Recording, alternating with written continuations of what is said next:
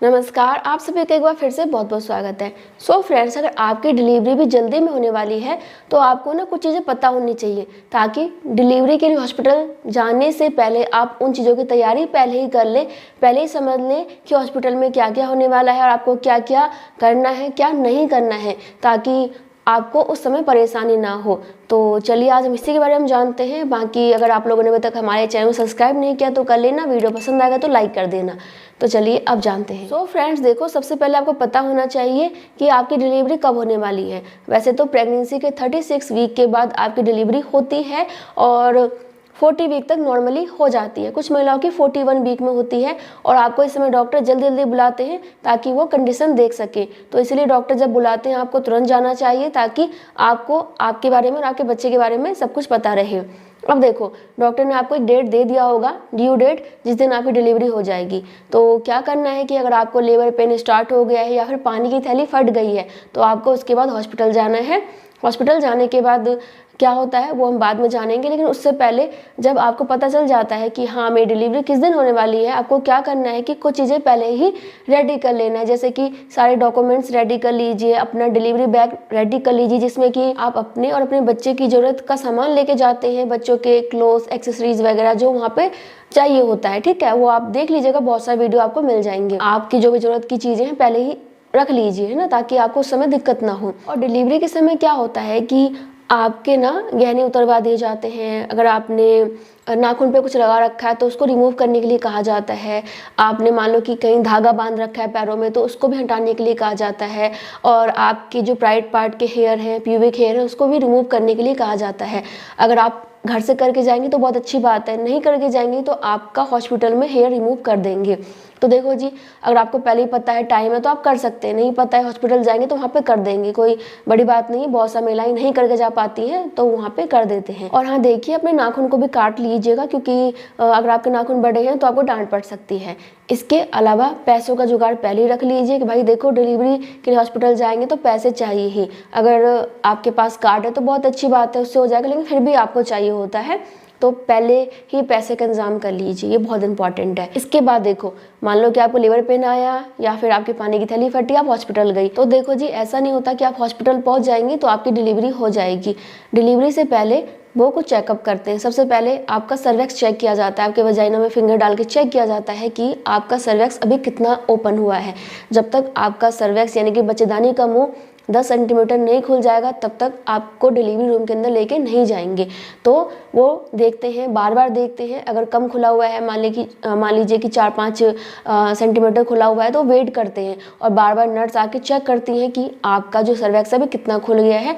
तो वो बार बार चेकअप होगा, तो उसके लिए भी तैयार रहिए।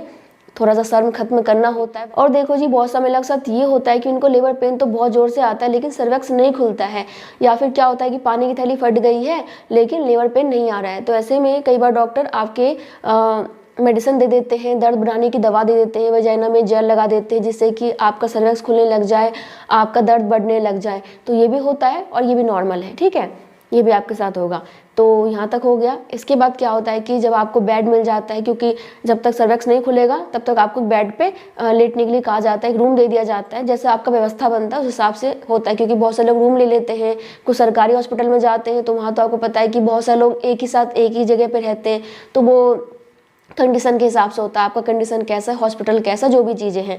तो आपको एक बेड दे दिया जाता है, उस पर आपको लेटने के लिए कहा जाता है, तो आराम से आप लेटे रहते हैं। और मैंने आपको पहले भी कहा है कि जब आप डिलीवरी हॉस्पिटल जाते हैं तो आपको लेटे नहीं रहना होता है, आपको हल्का फुल्का चलते रहना होता है ताकि आपका जो बच्चा जल्दी से नीचे आए, जल्दी से सर्वेक्स खुले। तो हमेशा लेटे मत रहिएगा, थोड़ा बहुत एक्टिविटी भी करिएगा और खाते पीते रहिएगा, क्योंकि खाना पीना इंपॉर्टेंट होता है। खाना छोड़ देंगे तो क्या होगा कि कमज़ोर हो जाएंगे, इसलिए खाना पीना बंद नहीं करना, लिक्विड चीज़ें ज़्यादा लेनी है, ठीक है। ये एक मेरी तरफ से टिप है, इसको ज़रूर फॉलो करना।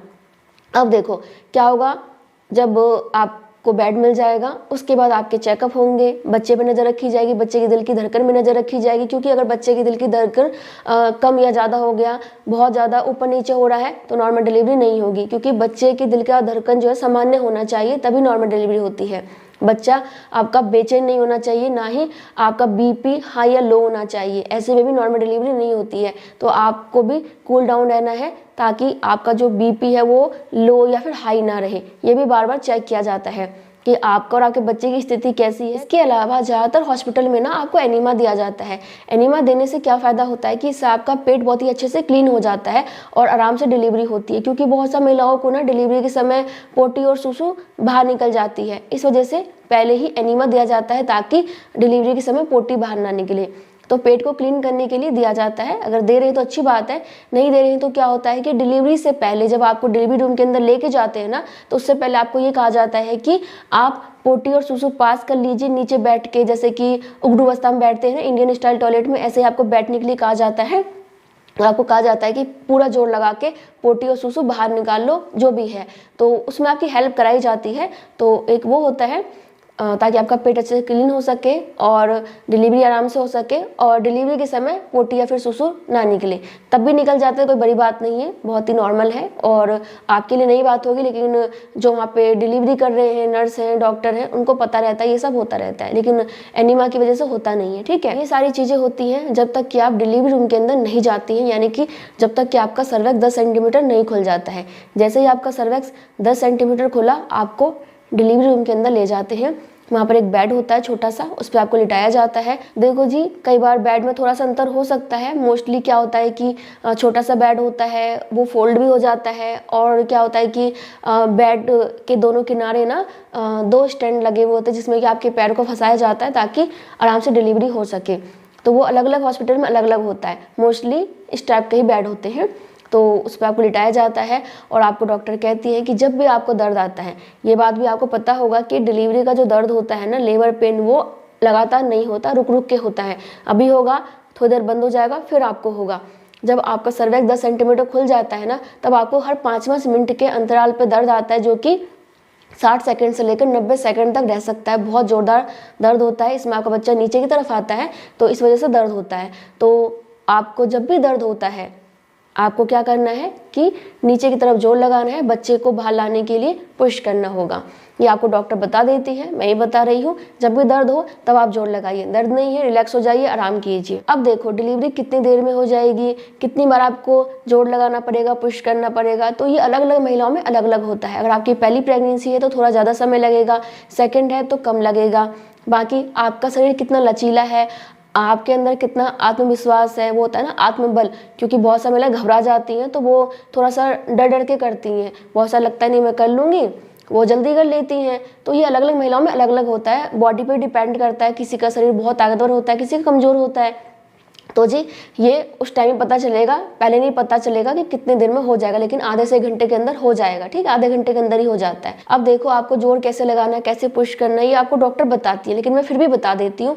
आपको क्या करना होता है कि अपनी ठोड़ी को ना, इसको छाती के पास लेके आना होता है, और जैसे कई बार कब्ज की प्रॉब्लम हो जाती है ना, बहुत जोर से पोटी करते हैं, बहुत दम लगाते हैं, इसी तरीके से आपको बहुत दम लगाना पड़ता है बच्चे को बाहर लाने के लिए। जितना आपके शरीर में दम है उतना दम लगा लीजिए, तो आपका बच्चा बहुत जल्दी बाहर आ जाएगा। ठीक है, बाकी आपको डॉक्टर भी गाइड करेंगी, नहीं समझ में आता है तो पूछ लीजिए। ठीक है, अब इसके बाद क्या होगा, जब आपके बच्चे का सिर दिख जाएगा तो डॉक्टर उस समय मोस्टली कट लगा देती है, ज़्यादातर हॉस्पिटल में कट लगाया जाता है। अब देखो कट लगाना क्यों ज़रूरी होता है, क्योंकि कई बार अगर बच्चा गलत तरीके से बाहर आ गया ना, तो आपका जो पेरिनियम क्षेत्र है, पेरिनियम क्षेत्र होता है जो आपका वजाइना है और जो गुद्दा द्वार है जहाँ से पोटी करते हैं, उसके बीच का जो एरिया होता है ना, उसे पेरिनियम क्षेत्र बोलते हैं। अगर वो बुरी तरीके से फट गया तो फिर आपको बहुत दिक्कत होगी, इसलिए डॉक्टर अपने हिसाब से कट लगा देती है ताकि आपको ज़्यादा परेशानी ना हो। और आज के समय में ज़्यादातर डॉक्टर कट लगा ही देते हैं, ये नॉर्मल है। कट लगाने के बाद क्या होता है कि आपके बच्चे को बाहर निकाल लिया जाता है और आपके छाती पर रखा जाता है ताकि आपका बच्चा डरे नहीं, क्योंकि आपका बच्चा आपको पहले से पहचानता है, इस वजह से। थोड़ी देर रखने के बाद क्या होता है कि वहाँ पे बच्चे के डॉक्टर होते हैं, उनको आपका बच्चा दिया जाता है गर्भनाल काट के, और उसके बाद बच्चे को देखते हैं कि बच्चे को कोई प्रॉब्लम तो नहीं है। कुछ मेडिसिन वगैरह दिया जाता है, बच्चों की आंखों में डाला जाता है, बच्चे का फेफड़ा साफ किया जाता है, बच्चा गंदा पानी पी लेता है उसको निकाला जाता है, वो होता है बच्चे के साथ। और आपके साथ ये होता है कि आपके प्लेसेंटा की डिलीवरी कराई जाती है और उसके बाद आपको इंजेक्शन दिया जाता है, एनेस्थीसिया दिया जाता है, ताकि जब आपका टाका लगाया जाए, मतलब जहाँ आपका कट लगा टाका लगाया जाए, वहाँ दर्द ना हो। ठीक है, तो वो होता है। बाकी अगर बहुत ज़्यादा ब्लीडिंग हो गई है तो आपको फिर ओपी में लेके जाते हैं, ऑपरेशन थिएटर में, वहाँ जाके फिर आपका ट्रीटमेंट होता है और उसके बाद आपको आपके रूम में शिफ्ट कर देते हैं। बाकी आप कुछ भी पूछना चाहते हैं तो आप मुझसे पूछ सकते हैं कमेंट करके, और मैं मिलूंगी नेक्स्ट वीडियो में। तब तक के लिए bye bye, thank you so much, नमस्ते।